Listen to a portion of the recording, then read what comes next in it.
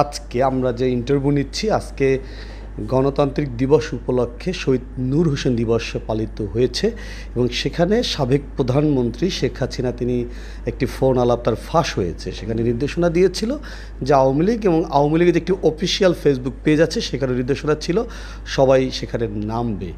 আপনি যেহেতু ছাত্র জনতার আন্দোলনে ব্যাপক ভূমিকা নিয়েছিলেন, সেক্ষেত্রে এই যে তাদের কর্মসূচি, এই কর্মসূচি আপনি যেহেতু বাংলাদেশ জাতীয়তাবাদী দলের একেবারে একনিষ্ঠভাবে জড়িত, এই যে তারা মাঠে নামছে তারা এবং প্রতিহত করছে, এই বিষয়টি সম্পর্কে আপনার কাছে আমরা জানতে চাই।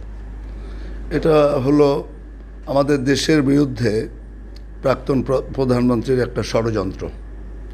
আপনারা সবাই জানেন, কোনো দেশের গণতান্ত্রিক দেশের প্রধানমন্ত্রী যদি দেশের জনগণকে রেখে অন্য দেশে নিজের প্রাণ ভয়ে পালিয়ে যায়, সেই ব্যক্তি ওই দেশে আর কোনোদিন ফেরত আসতে পারে না। পৃথিবীর ইতিহাসে এমন নজির নাই। উনি অপকৌশল প্রয়োগ করছেন। এটা জাতির বিরুদ্ধে একটা ষড়যন্ত্র ছাড়া আর কিছুই নয়। এটা কিছুই করতে পারবে না। এটা জনগণ কখনো ওনাকে এই দেশে আর গ্রহণ করবে না। স্যার, কিছুক্ষণ আগে আপনি একটি বললেন যে 3টি প্রোগ্রামে এতে আর ঐক্যবদ্ধ হবে, এর দলের যে কার্যক্রম আরও বেগবান হবে। স্যার, আপনি কি মনে করছেন না যে আসলে এই 3 গ্রুপে একটি আলাদা আলাদাভাবে গ্রুপিং করায় বা তারা এই সমাবেশ করায়, এখান থেকে আপনারা যে ফেসিবাদ বলছেন সেই ফেসিবাদের লোকজন কোনো সুযোগ নিবে কিনা বা নিচ্ছে কিনা? ফ্যাসিবাদীরা এই দেশে আর কোনো সুযোগ নিতে পারবে বলে আমার মনে হচ্ছে না।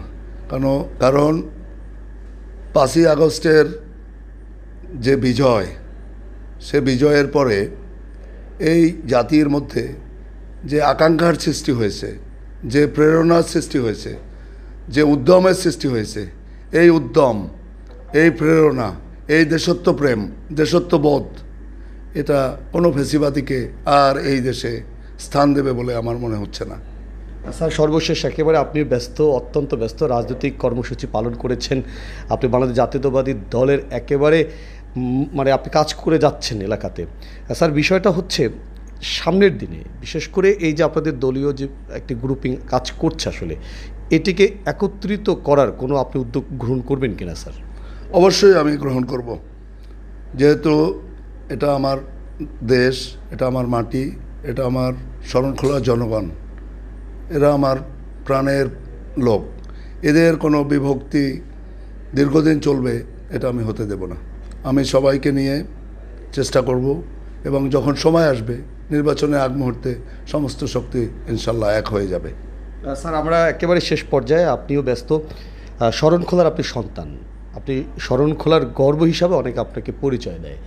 শরণখোলার জন্য একটি ভালো শিক্ষা প্রতিষ্ঠান, একটি প্রযুক্তি বিশ্ববিদ্যালয় এরকম করার কোনো পরিকল্পনা আছে কিনা? যেহেতু আপনার সাথে সরকারের বা বর্তমান বাংলাদেশ জাতীয়তাবাদী দলের একেবারে খুব ভালো একটা গভীর সম্পর্ক রয়েছে, আপনার কাছ থেকে হয়তো বা এলাকাবাসী সেটা ডিজার্ভ করে। স্যার, দেশে অনেক ভালো ভালো শিক্ষা প্রতিষ্ঠান আছে।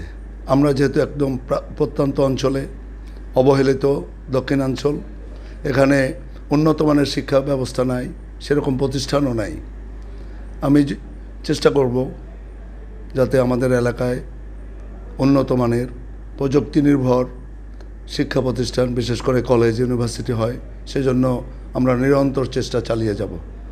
কতটুকু করতে পারি ভবিষ্যতে বলে দিবে। স্যার, আপনাকে অনেক ধন্যবাদ। আপনাকে অসংখ্য ধন্যবাদ।